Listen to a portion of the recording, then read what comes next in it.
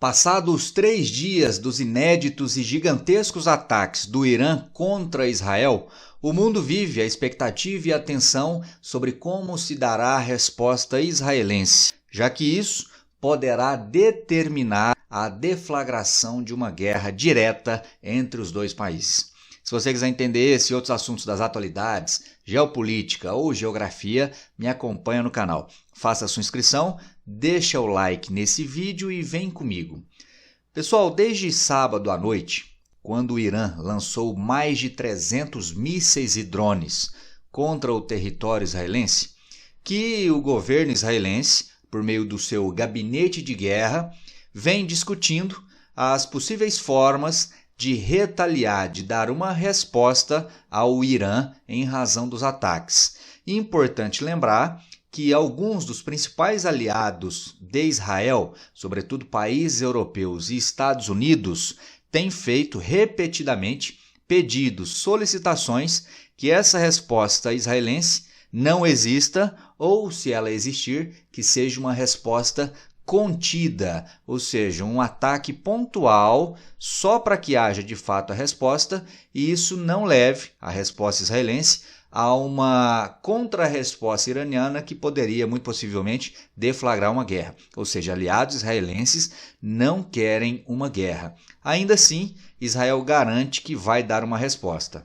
Aqui, por exemplo, está a fala do chefe do Estado-Maior israelense, Herzi Halevi, que disse ontem, na segunda-feira, o seguinte: o lançamento de tantos mísseis de cruzeiro e drones em território israelense terá uma resposta, sem dar detalhes sobre como se daria essa resposta. Então vamos aos fatos, pessoal. Primeira coisa, Israel vai dar alguma resposta ao Irã? Isso é certo como a luz do dia. Sim, Israel dará uma resposta. Até porque não dar uma resposta em termos de geopolítica é visto como um sinal de fraqueza, é visto como um sinal de derrota. Então, até por isso, Israel vai fazer alguma coisa. O que Israel fará? Não sabemos, daí a tensão e a expectativa. A resposta pode se dar tanto de maneira mais simbólica, um ataque mais leve, um ataque tímido, que não gere mortes ou destruições no lado iraniano, ou a resposta pode ser mais intensa, visando, por exemplo, as instalações nucleares em território iraniano. Lembrando que o Irã não é, pelo menos oficialmente, ainda uma potência nuclear. Porém, há fortes indícios, já há alguns anos, de que o Irã vem desenvolvendo tecnologia nuclear para criar sua própria bomba, seu próprio arsenal bélico nuclear. Então, um ataque direto contra essas instalações feitos por Israel pode aí ser visto como uma escalada ainda maior do conflito. Então, um ataque direto de Israel contra essas instalações nucleares pode ser aí entendido como um ataque de grande proporção que inevitavelmente levaria a uma resposta ainda maior do Irã. Até porque o Irã já tem feito aí promessas, né? Já tem feito aí ameaças. Olha só o que disse o presidente iraniano Ebrahim Raisi. Declaramos categoricamente que a menor ação contra os interesses iranianos será recebida com uma resposta severa, generalizada e dolorosa contra qualquer perpetrador, disse Ebrahim Raisi, presidente do Irã. Aqui, lógico, pessoal, a gente tem que fazer um filtro, né? Até que ponto essa fala é de fato algo efetivo, algo que será cumprido, e até que ponto não passa de uma bravata, não passa aí de um discurso vazio, justamente para tentar dissuadir o inimigo de fazer qualquer coisa. Então temos que relativizar isso daí. O que não quer dizer que não haja uma tensão, não haja um risco efetivo de a guerra escalar ainda mais do que já escalou. Mas e se houver de fato o estouro aí, a deflagração de uma guerra entre os dois países? Quem leva vantagem? Eu separei aqui alguns números sobre o poderio militar de cada um dos países. Por exemplo, em termos de orçamento. O orçamento militar de Israel é quase 3 vezes superior ao orçamento do Irã. 19,2 bilhões de dólares para Israel contra 7,4 bilhões do Irã. Em termos de efetivo militar de soldados, aí o Irã leva uma grande vantagem, É quase 4 vezes mais o número de militares iranianos se comparado ao israelense, até porque o Irã é um país bem mais populoso que Israel. Em termos de força aérea, aqui uma leve vantagem para o lado israelense. Apesar de o número não ser assim tão superior, é possível que numa guerra entre os dois, esse número acabe se mostrando bem vantajoso para Israel, porque os dois países, se você olhar o mapa, não são países fronteiriços. Então uma guerra aberta, uma guerra efetiva entre os dois países, muito provavelmente teria aí a força aérea dos dois países como algo muito importante. Então daí esse ponto específico da força aérea, do número de aviões, ser certamente uma vantagem interessante para Israel. Número de tanques bem superior, o número iraniano se comparado ao israelense, mas aí entra aquele problema que eu falei, não são países fronteiriços. Tanque é uma força militar muito efetiva do ponto de vista terrestre, mas não aéreo. Como os dois países não são fronteiriços, então talvez não seja uma vantagem tão grande para o Irã. Em termos de navios de guerra, vantagem interessante para o Irã. Porém, de novo a questão, os dois países, apesar de serem países litorâneos, não têm litorais muito próximos, então talvez não seja uma vantagem tão grande para o Irã.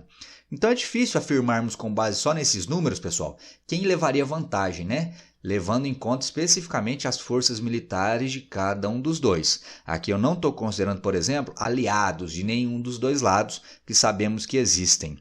Outra questão que aqui pode ser vantajosa para o Irã é o fato de o Irã ter alguns grupos radicais islâmicos espalhados pelo Oriente Médio como seu aliado.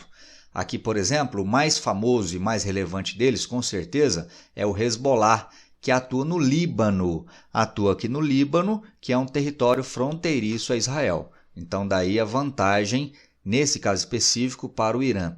Lembrando que o Hezbollah é tido aí por muitos como sendo a principal força militar do mundo que não representa um Estado especificamente. Por mais que o Hezbollah seja aliado do Irã, o Hezbollah não representa oficialmente o Estado iraniano.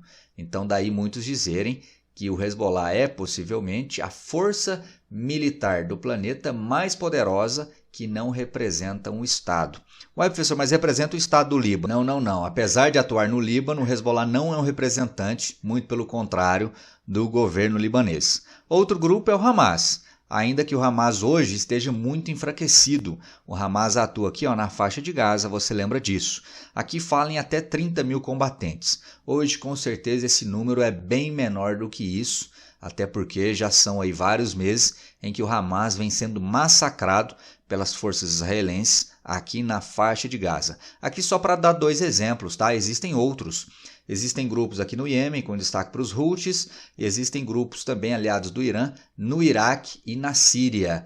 Daí, nesse aspecto específico, o Irã ter talvez uma vantagem contra Israel.